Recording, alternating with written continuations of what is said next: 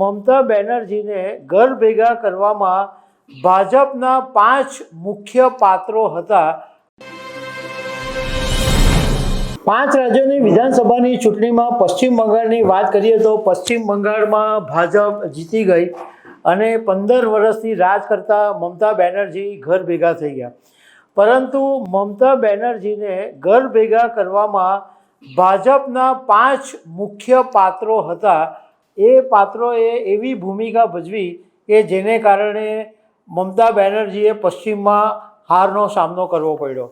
તો આના વિશે તમારી સાથે વાત કરીશ। મારું નામ રાજેશ શાહ છે અને તમે જોઈ રહ્યા છો ગુજરાતના સૌથી મોટા ડિજિટલ પ્લેટફોર્મ ખબરછે.com। પશ્ચિમ બંગાળમાં ગઈકાલે પરિણામ આવ્યા। એમાં ફાઇનલ 208 ભાજપને બેઠક મળી અને 45.89% વોટ શેર મળ્યો। 79 ટીએમસીને બેઠક મળી અને 40.80% વોટ શેર મળ્યો। 2 કોંગ્રેસને 2.97%, 1 સીપીઆઈએમને 4.45% વોટ શેર અને 3 અન્ય અપક્ષને તો એમાં 5.94% વોટ શેર મળ્યો। પરંતુ પશ્ચિમ બંગાળની અંદર ભાજપ જીતું એ એમને નથી જીતું। બહુ બધાની મહેનત છે, બહુ બધી રણનીતિ છે, ઘણા વર્ષોની મહેનત છે, આ બધા કારણોને જીતી। પરંતુ આની અંદર 5 મુખ્ય પાત્રો હતા કે જેમણે એવી ભૂમિકા ભજવી કે મમતા બેનર્જીએ ઘરે બેસવું પડ્યું। પહેલું પાત્ર છે અને એ મુખ્ય પાત્ર છે કેન્દ્રીય ગૃહમંત્રી અમિત શાહ। 2021માં ભાજપે હારનો સામનો કરવો પડ્યો પછી તરત જ આ વિશે બેઠકો મળી અને એક રિપોર્ટ તૈયાર કરવાનો આદેશ આપવામાં આવ્યો કે હારના કારણો કયા હતા। અને અમિત શાહે 2021ના હારના જે કારણો હતા એમાંથી જીતનો રસ્તો કાઢ્યો।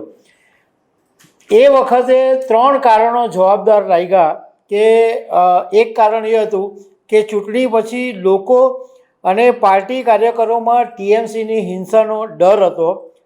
બીજું કારણ એ હતું કે મમતાના જે ઘૂસણખોરો હતા એ અનેક બેઠકો પર બીજેપીની જે રણનીતિ હતી એની માહિતી ટીએમસી સુધી પહોંચાડતા હતા અને બંગાળમાં બીજેપીના કેડરની પહોંચ છે એ બૂથ લેવલ સુધી મજબૂત કરવાની જરૂર હતી।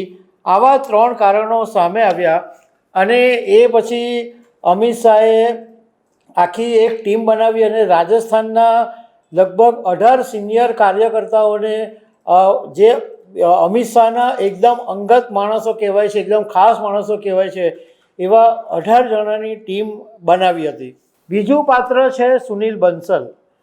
સુનિલ બંસલ અમિત શાહના એકદમ નજીકના છે અને ભાજપના સંગઠનમાં એમનું ખાસું યોગદાન છે।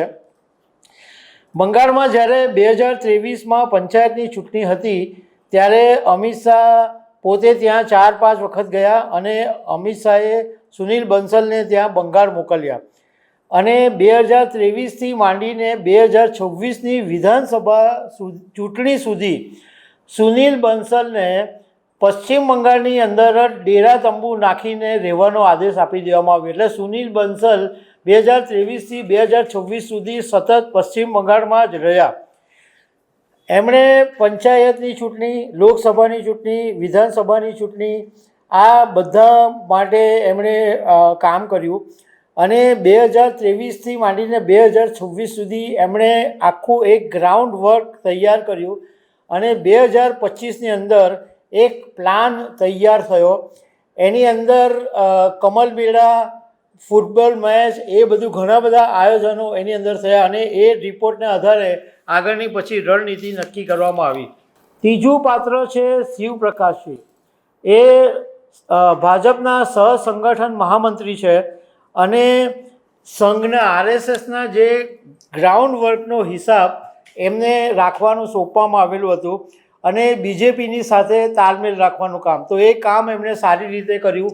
આરએસએસના કાર્યકરો અને બીજેપીની સાથે તાલમેલ બેસાડવાનું કામ શિવપ્રકાશસિંહે કર્યું।